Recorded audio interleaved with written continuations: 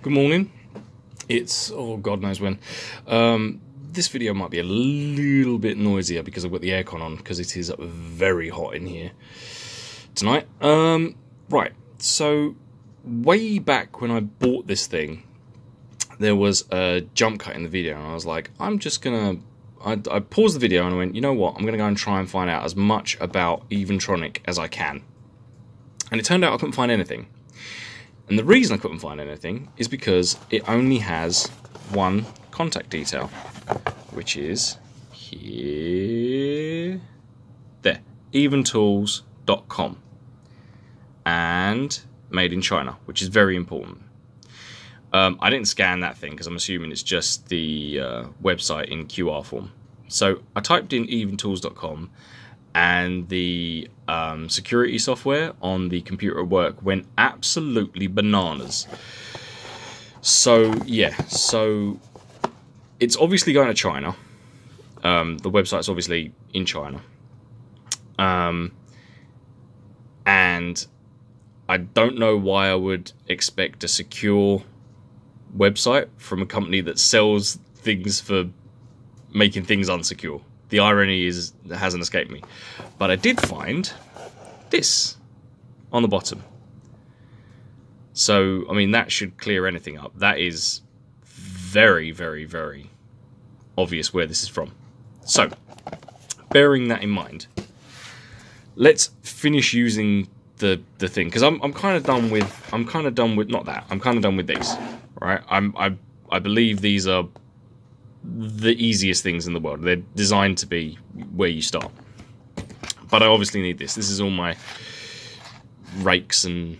Well, I guess I still don't know what those things are called. I've been calling them pry bars, jimmy bars. Still not sure what they're called. I'm about to find out, because I'm going to go through the book and find out how close I was and whether I was doing things right or not.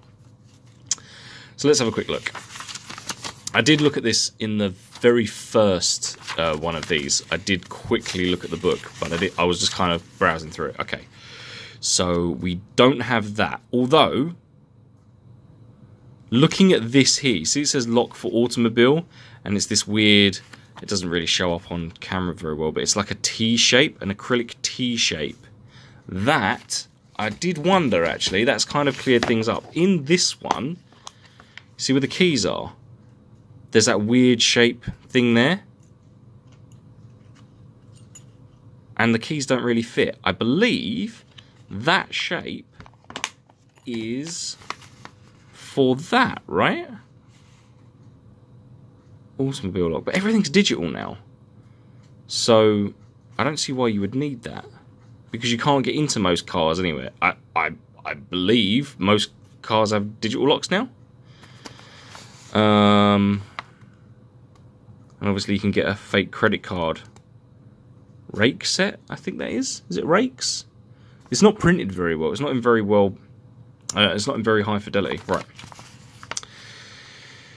I can't remember if I read this or not, so I'm just going to go through it again. Statement. English. Statement. The content is only for reference and shall not be used for other purposes. First, you must know well the structure of the padlock. The padlock has 7 pins inside the lock cylinder.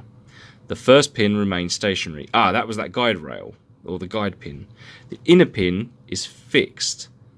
The inner pin is fixed as a lock core. The theory of unlocking is to keep the other 6 pins to remain horizontal and then leave the lock cylinder simultaneously. In such a process, what is particularly important is to try the final suitable force repeatedly and make it act on the wrench. A long correction, this is in parentheses, a long correction direction of lock's natural rotation. Oh, it sounds like a prog rock album. With suitable force, which will ensure the pins after adjustment not to return to the previous position. Adjust the position of each pin one by one and keep them on a horizontal level. Then twist the lock cylinder and open lock. Good Lord. Like, would have reading this have helped anyway? I feel like I just bypassed a step. Because I reckon I could have read this and been in exactly the same... None of the... I understand the words, but I don't know what any of them are doing next to each other. There's only 9 pages of this. Right.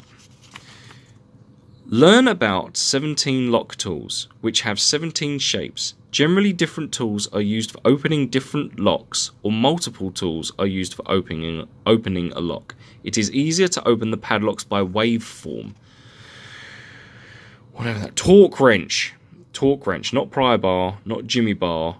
Torque wrench times 3. Okay, so we've got a bent snake rake, a double ball snowman. I was calling it the snowman, wasn't I? I was calling it something. Half diamond, haven't used that one. A jag, a large snake rake. We don't have a small snake rake. We have a bent snake rake, and we have a large snake rake. A long hook, pyramid, short hook, single-sided rake, slight hook, slim short hook, snake rake. Goodness me. Alright, let's just move on. Hold the lock by the left hand, act the force on the wrench with 1 or 2 fingers. Take a lock tool, hold the lock by the left hand and twist the wrench with the fingers gently. When the position of pin A reaches the red line of pin B, the position of pin A reaches the red line of pin B. Oh, right, okay. It can stay still, which will be deemed as a suitable force. At this time, remember, basically, just push it until you feel some resistance. At this time, remember your feeling as it is the force you need. Keep 2 hands with suitable force and speed. You must wait with patience. You need to look how the pins of the padlock control the lock tools. Right. This, I mean, we're basically, look, we all know this is in English, right? This is moderately to badly translated. You need practice for many times. When it is used for the first time, you may need to find how long you can still open the lock. However, through practice for several times, you can open the lock within 1 or 2 seconds.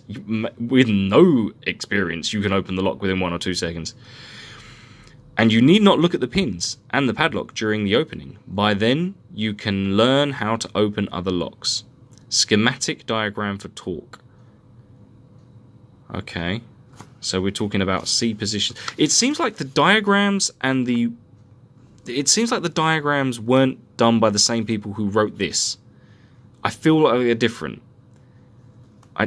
Something doesn't, feel the same. Move the A positions of the pin to red line. Ah, that is just the same thing. But now they're just talking about barrel locks. Okay, let's just skip to the next bit. Yep, this is all... I mean, just judging by those images, I pretty much got it straight on. I mean, it's talking about like red line A and position B. Basically, put in the torque wrench, push until you can feel some resistance, keep that amount of resistance on it, and then rake the keys until it pops. I mean, it's just showing you how keys work. Like, I get it. You need to get the red... Well, they're using like red lines and blue lines. It's clearly marked on there. I mean, I might go back to using this book. Oh, hang on, this is the last one.